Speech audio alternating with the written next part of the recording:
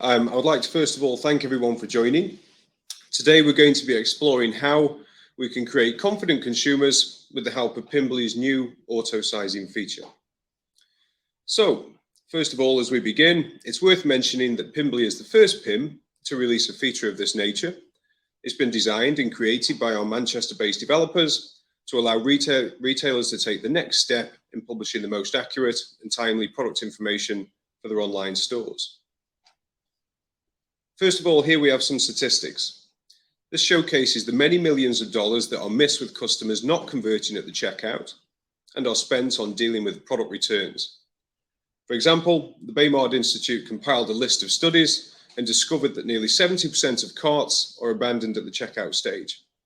Similarly, the National Retail Federation found that over 12% of apparel products are returned, resulting in over $100 million worth of product returns for every $1 billion in sales revenue. We all know there's an increasing consumer demand in accurate, up-to-date, and easily available product information when shopping online. There's a huge competitive edge towards the retailer who can provide all of the relevant details over the retailer who has the bare minimum. And if this information can be presented visually, then even better. Typically, the only process around creating sizing charts is long, manual, and costly, and so usually limited to only certain products, if ever created at all. Controlled at parent level, the process around creating these visuals within Pimberly is quick, easy to manage, and powerful in increasing conversion rates and minimizing product returns. We all know that high return rates can be costly, and receiving products that don't match the consumer's expectations can be damaging to both brand loyalty and returning custom.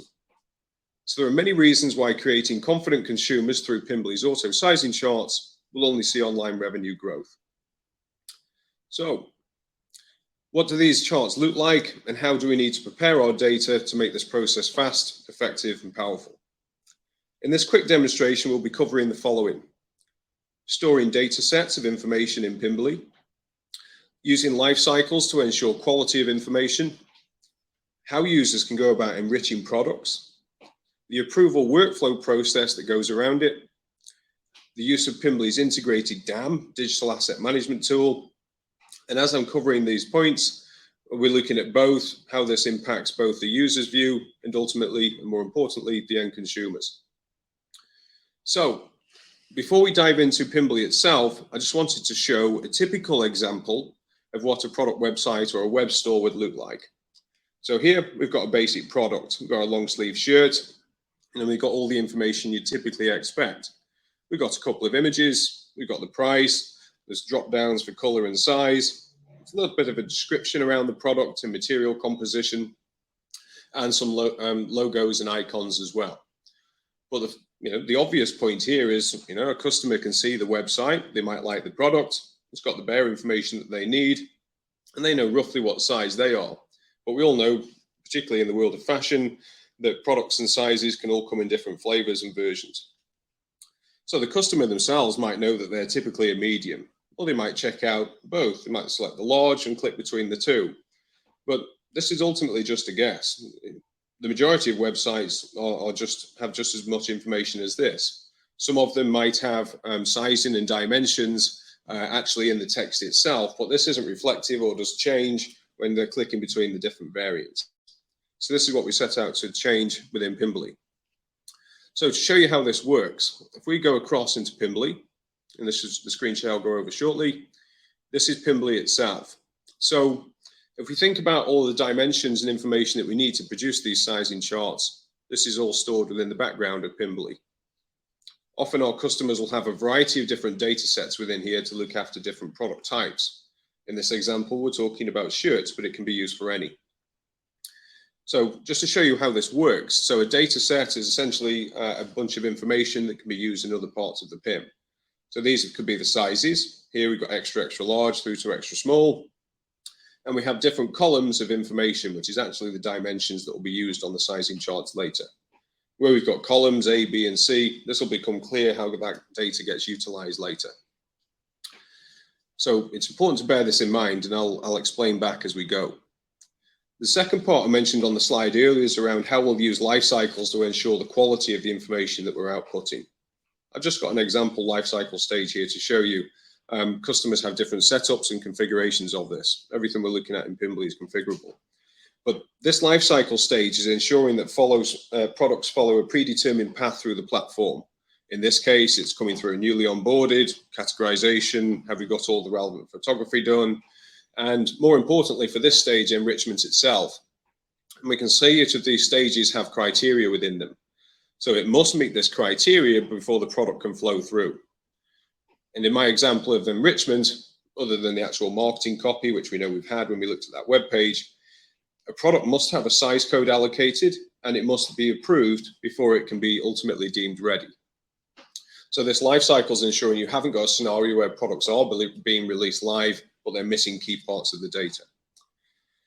So how does this work for users within the PIM? So if we go over to the product section over here, let's filter down and grab an example product to talk through. So here we've got a long sleeve shirt, just like the one we looked at on that web store. Up at the top, we've got the parent level, and then the different sizes or variants that can come in. But right up here at the parent, if I open this record as an example, all of the information that we saw on that store, the title, the marketing copy, logos, and so forth, are all driven from the PIM, along with those digital assets. So these are the two images that are on that web store, but we've also got some sizing charts as well. This is just a template that we put together for the purposes of a demonstration. But when I mentioned that data set earlier with those columns and values, this is where this information is being pulled from. So I've got those sizes, XXL through to extra small, and these different columns of data, A, B, and C, which I mentioned earlier, that reflects the different dimensions on the sizing chart. So column A reverts to length, column B to chest, column C to waist, and so on. I'll explain this later, but these can, of course, be configured depending on the product. You might have shoes and jumpers, for example, and trousers, and you can have different templates and data sets to look after them. But here are all the actual dimensions for these different size shirts, and this tells the customer what that reference is. So if we drop down into the child level where the actual variant information is stored, so we could pick XXL, for example. So all the information for that variant is within the product view here. But how does this work from a user's point of view? We need to keep this nice and simple. So if you're onboarding new members of the team who need to enrich product data, they don't have to get up to speed. It's quite simple. They could select within here what size code or what we're talking about. Extra, extra large, they could flag that, for example. Once that's been ticked, Pimberly will reference that data set and it knows what type of products we're talking about. So it can go ahead and automatically publish and populate these weights and dimensions. That data set we mentioned can just be a spreadsheet loaded into the PIM and that can be updated anytime. But it means users don't have to go through and you're reducing the risk of error in terms of populating this information, which can be another cause of returns if you've got users entering information in wrong. So the user selects what size code we're talking about, and then workflows can notify the relevant team. I touched on approval workflows and steps earlier. So once that's been done, user comes into the system and flags that. And this could go off, notify a user of the relevant department to come in, check out this information, make sure it looks about right and they're happy with the rest of the product content, and they could approve it. We could see that this box is now ticked to green because it meets that life cycle criteria that we mentioned. And they might also flag as well, and it depends on the business and what their process is. But for example, the e-commerce or marketing teams might have approved the product, and Pimberly will also stamp the time date here once the product is okayed. But more importantly, this life cycle is now being fulfilled. We know we've got the marketing copy, somebody's entered a size code, the product's approved. So now Pimberly can go off and generate these sizing charts. This process takes around 40 seconds and runs in the background. You don't need to do anything. But what this will result is, if they open the extra, extra large variant, those columns representing these different aspects and sizes on the shirt are now presented with real-time values for that particular shirt. So the XXL has a chest of 80, a waist of 75.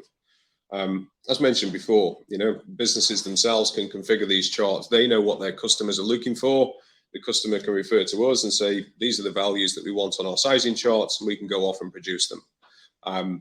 The templates themselves, if they don't have any already, they work with Pimberly and our print design team to produce these templates, or if they've got an existing list they want to bring into PIM, they can share those with us. We can create them in the background.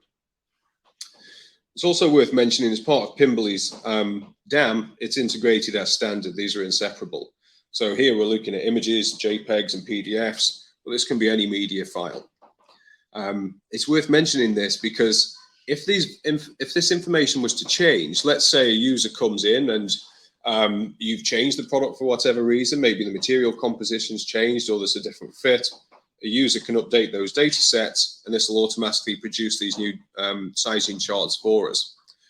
Often might be the case as well, if you're taking information in from suppliers, then the customer might check and measure that product, or they might get feedback from customers and say this isn't correct. So they can log into the PIM, react quickly to the issue, update that data, and then all of these sizing charts are automatically renewed. And if you're publishing that across multiple web stores, Pimberly will do that for you. You don't have to log into the back end of each and make these changes manually. The PIM system, Pimberly in this instance, will automatically publish that for us and store those previous versions. So let's say you have updated the value, this one would get archived, and the new one would be set to the primary and sent to your main sales channels. Now, the value of this is if somebody comes back, maybe one of their customers makes a query on a product they bought 3 weeks ago, for example, they could go into the PIM and see what would that customer have had at the point of sale. So it gives them that governance and audit control on the product's change over time, which is an important part of the data to look after. So that's in terms of the sizing chart. Just to recap there quickly, a user's come into the system, selected the sizing code, that's been approved. The system knows we've gone through the right process and has gone off and generated these and automatically published them to the website. To give a feel on how these templates are produced, we can have channels out of Pimberly driving this data. So where I've got PDS here for washing machines, sofas, laptops and shoes, for example, we were looking at the formal shirt example, but you can have a variety of these templates set up within the Pimberly. And what's actually happening here is whenever any of those values are changed, this is being outputted to our design service, which is stored on AWS. So these things are getting generated automatically. And as I mentioned before, these can take 30 to 40 seconds to propagate and be stored against the product. So that's how it works from a user's perspective within Pimberly. But what does this mean for your end consumers on the store? So if I click across, we've got a different version of that website. Very similar, same product we were talking about before, but now we've got some sizing charts. So here, long sleeve shirt, same ones before with the same images. But the customers come to the site and they're saying, right, they're up at the parent level, they haven't picked a color yet, they haven't picked a size. So Pimberly's provided the top level parent chart that we talked about earlier. So within here, it's got all of those relevant dimensions. Again, can be configured to present whatever's important for you, for their customers. And you've got the data referencing what these different values mean on the shirt. But if the customer goes ahead and selects, for example, medium, the assets have changed. We've got that specific variant now. We've got the sizing chart that shows the information on the medium. So just as an example, if we zoom in on chest and waist, we've got chest at 65 centimeters, we've got waist at 60. The customer knows roughly what their dimensions are. They might think that's right for them, but they could click across and say, right, let's look at our large version. Pimberly's provided these to the back end of the web store, so that's now changed. And the customer can see, right, chest is now 70.4 centimeters. The waist is now 65. So this kind of brings us back to the start of this presentation. The customer knows which one's going to fit them and they can purchase the right one accordingly. At the end of the day, it's helping to drive confident consumers and reduce that product return rate. You're trying to stop them from ordering 3 or 4 versions of a shirt with the pure intention of sending 2 or 3 of them back once they've tested the right one on. They've come into onto your web store, got the right information that they needed and purchased the right product, and it will fit and meet their requirements. So that was what I wanted to run through in terms of the demonstration itself. If I just jump back to the PowerPoint from before, I'd just like to thank you all for listening. If you've got any further questions, myself and my colleague Bruce Wright will be in the waiting room to answer any questions that you guys might have, and we look forward to those later. So thank you all for listening.